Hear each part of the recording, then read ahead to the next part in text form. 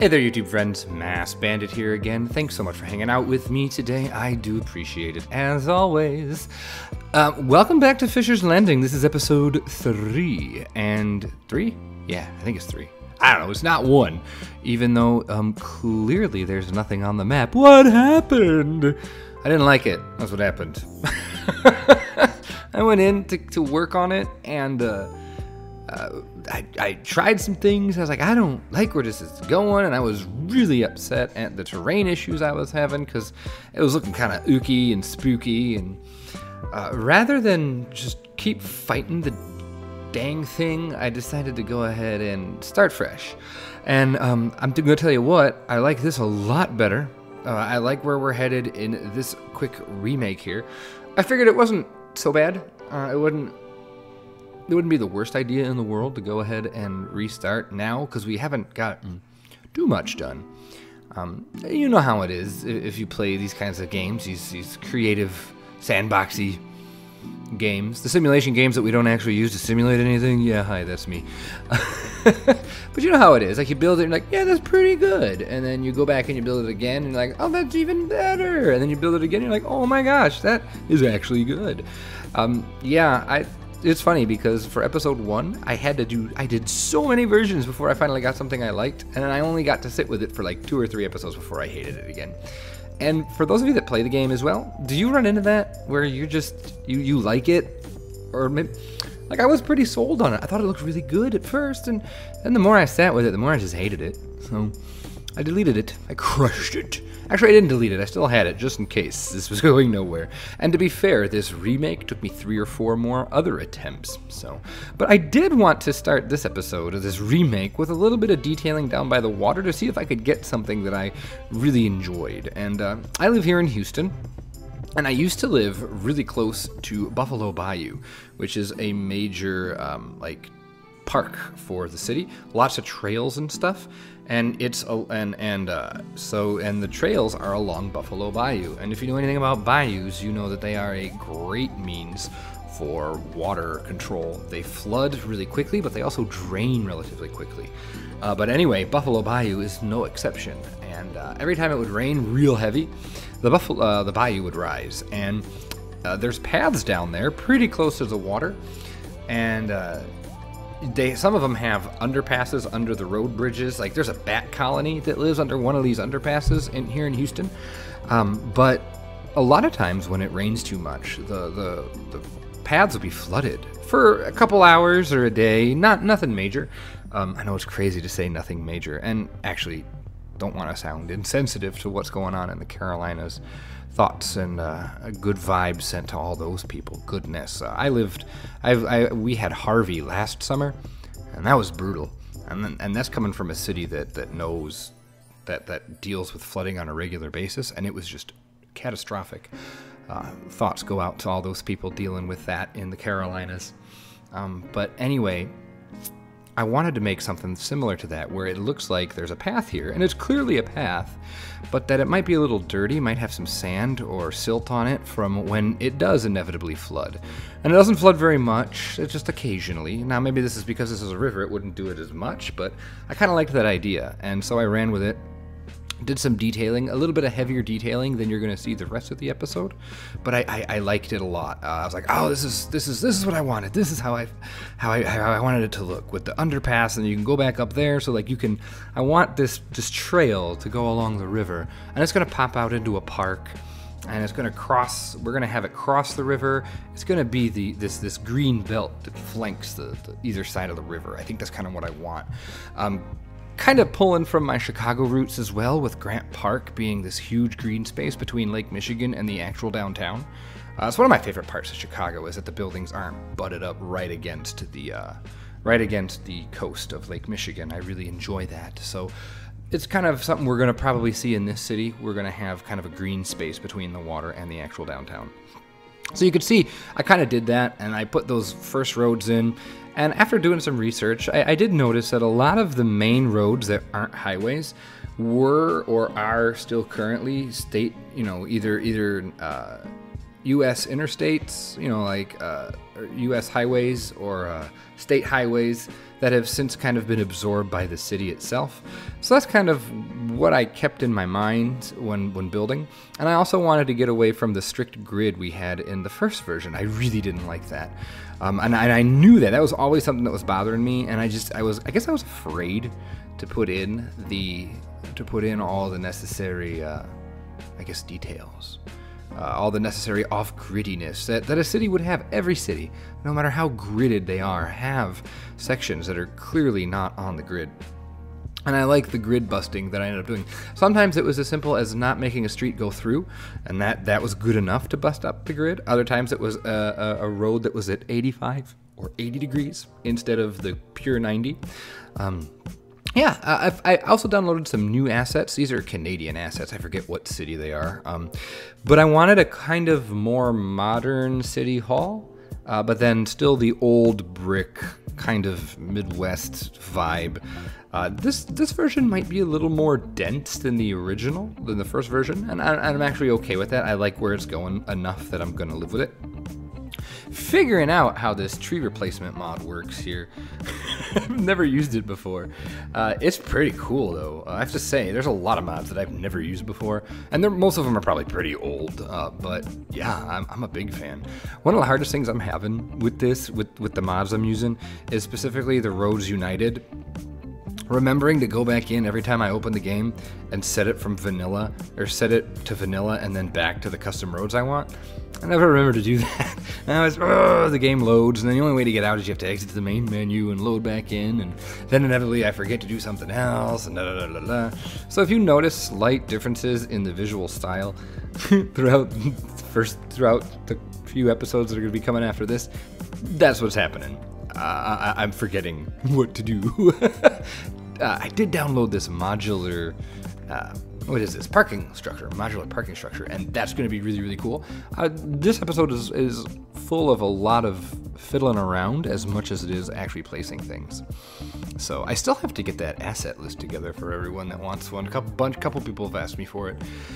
All I know is making collections for Cities Skylines is a ridiculously tedious task, and unfortunately time has been at an absolute premium for me the last month or so. All of you have noticed the significant drop-off in content, in that there has been none. There's been no content the last couple weeks, save for a live stream here or there. And school's just been a beast. School's been kicking my hiney, trying to find some balance between school life, home life, and YouTube life. I think I'm finally getting into it here with the weekends, having some more time available to me on weekends to get stuff done. I want to keep producing content for everyone. I do enjoy it. Like, I took a couple weeks off, and I was like, this is fine. I could not. I don't have to make videos. And then I went in and made a video, and I was like, oh yeah.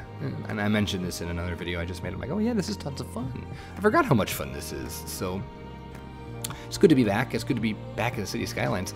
I don't want this to be a 3 and done. I want to see this through. It's hard to have this and Planet Coaster at the same time because they are such creative, don't want to say drains because that's negative, but they take up a lot of creative juice to make one of these episodes. Someone actually asked, and not to jump titles, someone asked in my Planet Coaster video that I released the other day, is Planet Coaster dying? Which I think Planet Coaster in this game share a lot in common. And my response was, I don't know if it's dying so much as it is that the amount of time it takes to make an episode like this is a lot larger than it takes to make, say, an episode of Rise of Industry, another game that I played, or even the Project Hospital. Those games take a lot of... These kinds of games take a lot of time. I mean, you figure this is a time-lapse, and it's a time-lapse of about 2.5 hours of playing, and that alone, that could be 4 episodes of another Let's Play real-time series. And so for those people that aren't posting their Skylines or their Planet Coaster on a regular basis, I wouldn't say because anything's dying. I mean, clearly Skylines isn't dying, but I think it's more just the time time it takes to get a quality episode. And I wouldn't even call my episodes like, okay, I don't want to be too self-deprecating. I think I'm making quality work, but there are so many Skylines players that are taking so much care in their presentation. People like Prez and $2.20. I love watching their videos just because it's clear they love what they're doing and they're passionate and they take the time to make really great videos. I do think I might start, obviously not in this episode, I haven't done it, but I do think I might start doing some Google Earth flyovers, just so you could see what my reference image is, what my referencing is, what I'm thinking about as I'm building, because I do promise you, I promise I am not just making this up as I go along. A lot of times I am referencing at least general vibes of real cities, and I have mentioned those before, Indianapolis, and actually I was looking a lot at Louisville. I don't know. I know I was saying it wrong, and you know, so those cities. But I just mentioned how Houston and Chicago are showing their faces in here. This highway section here, don't worry, that's not staying. I'm just throwing ideas. If I want this to be, if this is what I want, is this where I want to have an intersection, a highway intersection? I'm not sure yet. I probably need to do some more research on how highways are laid out close to the city like this, and then what kind of intersection do I want to have? Do I even want to build the intersections or just want to rely on the amazing ones on the workshop? It seems like that's kind of, I don't know if it's preferred, but it seems like lots of people use those intersections. And hats off to those people who are making those, because if you've downloaded this map and looked at my intersection, yeah, it's not great. it's okay, but it's not that good.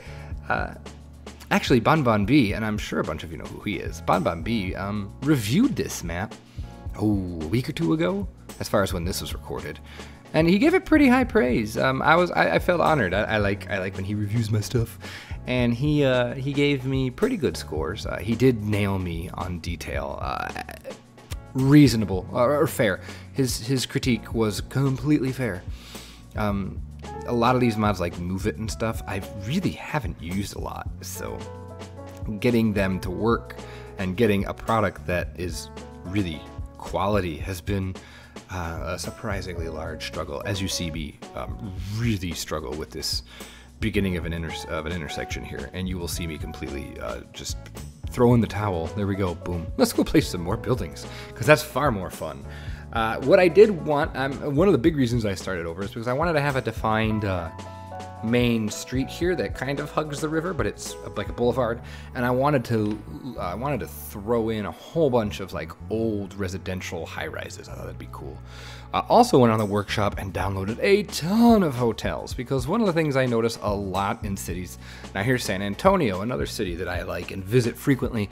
It's not a large city. I'd actually put it on par with this one.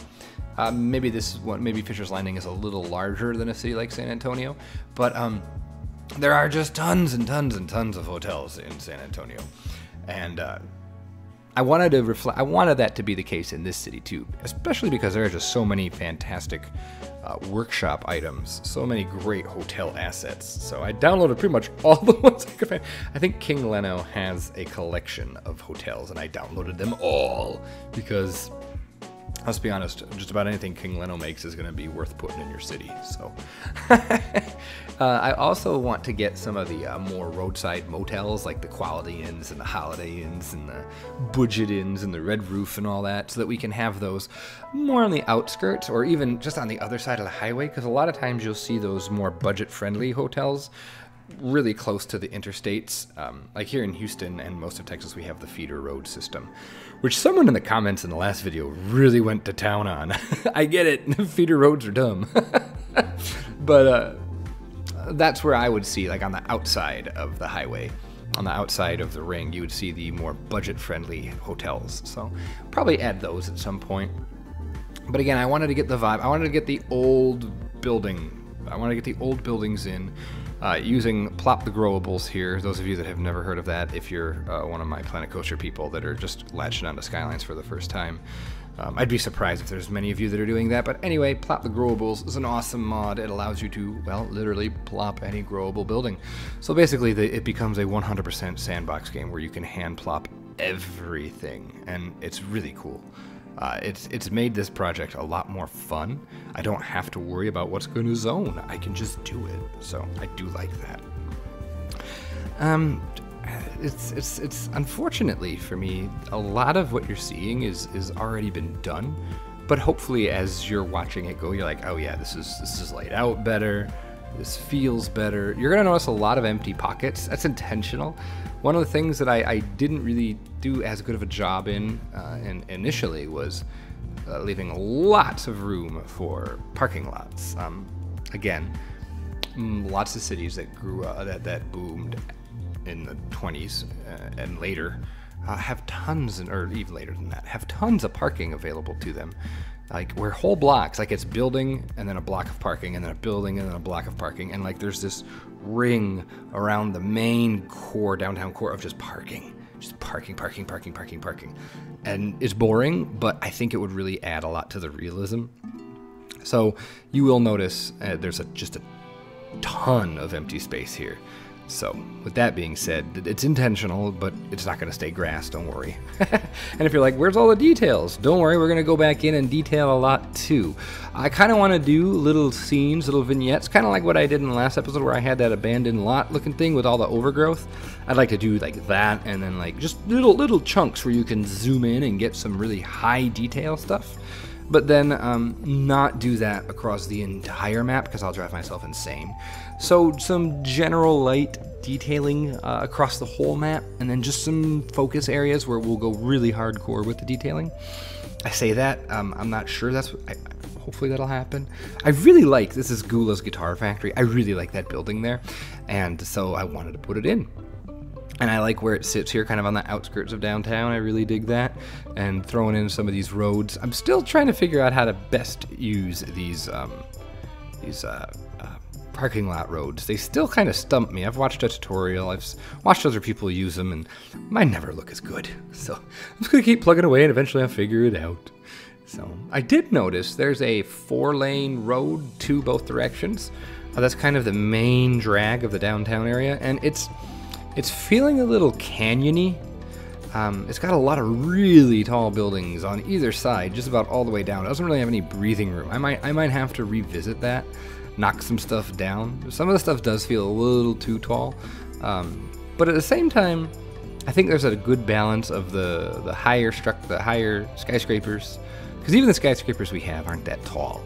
They're fairly average size. There's nothing earth-shattering in the skyline, which is what I want. I want it to kind of be like one of those skylines that you can just be like, oh yeah, it's cute, it's nice, it's whatever.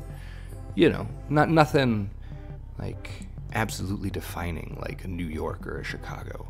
Actually, Houston has a pretty meh skyline. Like, there's nothing that really sticks out. There's no major landmark skyscraper from a looks standpoint. Like, there's no Willis Tower, Sears Tower, or Hancock Building, or Empire State Building, or any Chrysler, or any of that stuff. So it's just kind of all a bunch of, probably because they're all so modern, there's nothing like that. So I kind of wanted that to be here, where no one building really sticks out, but yet you get this nice skyline, like just skyline, without like, oh, there's this building and that building and this building and that building. So I don't know. Now I feel like I'm really rambling.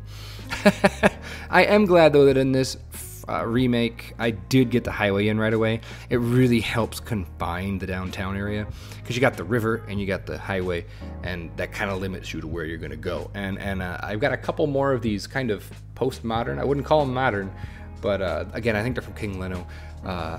They're coming up in a minute. Right here I'm throwing down some lofts and stuff. I like that idea that there was an old industrial area.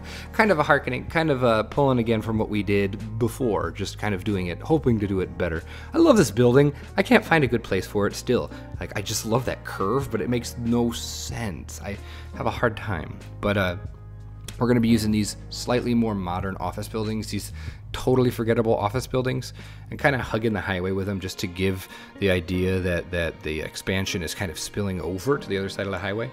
And one of the things I want to do is I kind of want to make the other side of the highway significantly less well off, because that's something that you experience a lot. Like, the minute you cross a highway or cross a railroad or something like that, for whatever reason, property values are significantly lower, and then that's where our stadium will be. Like, that's what they did here in Houston, is they built Minute Maid Park right up against one of the highways, Highway 59, in an effort to revitalize the area, and it is working. Now they call it Edo, which is east of downtown. It's a bunch of industrial areas and stuff, but now it's starting to rejuvenate or gentrification, is that what it's called? So, you know, all those luxury lofts and all that are going up and yada, yada, yada. But, so maybe that's what we'll do. We'll try and give that vibe. And then one of the last things I wanted to do in this episode is work on the kind of square around Town Hall. I was kind of stumped because it's a fairly... I didn't realize how large of an area it was until I started working on it. And I did notice, you'll notice I don't have these, but I was watching someone else, and I didn't realize King Leno has a network, a curb network. I'm going to have to go in and grab that because I think that's going to do us a ton of good, because I do love me the King Leno curbs. And I've mentioned him a lot this episode. Maybe I should title this episode, Thanks, King Leno. One of the things I dislike about the... what's it called? The map theme I'm using is that the grass isn't really green. So if I want like well manicured green grass, even if I plop down the manicured decal, it doesn't look right. It doesn't look good. I don't like it. So I don't know what I'm going to do about that. I don't want to change themes. I have not dabbled in theme mixer. Is that what it's called? Theme mixer? I haven't dabbled in that at all, and I'm not sure I want to. To be frank, it kind of scares me. I don't want to break anything or screw anything up because I do like so much of this map. But maybe there's like I don't know, maybe one of the ore or something I can tweak to make, I could steal from somewhere else and make it more green. I don't know. So if you have experience with that, what would be the easiest way to go about doing that to make the map look a little more green? I don't want it all to be that way. Just I want to have a very green, looks like it's a lawn that's been taken care of. I want that. How would I do that while keeping most of the grass that I have the color it is? Because I really do love, this is the Rye Bluffs map theme. I really do love it. But yeah, so that was the biggest struggle here with this little square. You'll notice I also popped in the huge globe. That was from one of the contests that Cities Skylines ran. Oh my gosh, so long ago. Like it was like the biggest whatever, the world's biggest world, I think is what that's called. And the contest was to make the world's biggest something. And so I grabbed that. I've had that in my collection since that competition, since that competition was announced, or since they released the pieces. I've always loved that. Playing a bit here with the network fences. I think these are just the in-game park fences, which are really, really nice. I like this whole network thing that came, and it did come with Park Life, right? Look at me, I don't know what I'm talking about.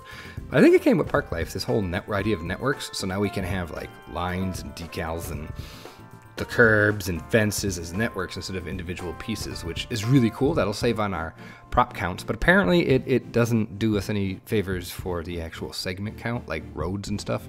So all these fences now count as like segments like a road would, and there's a maximum number of those we can place apparently.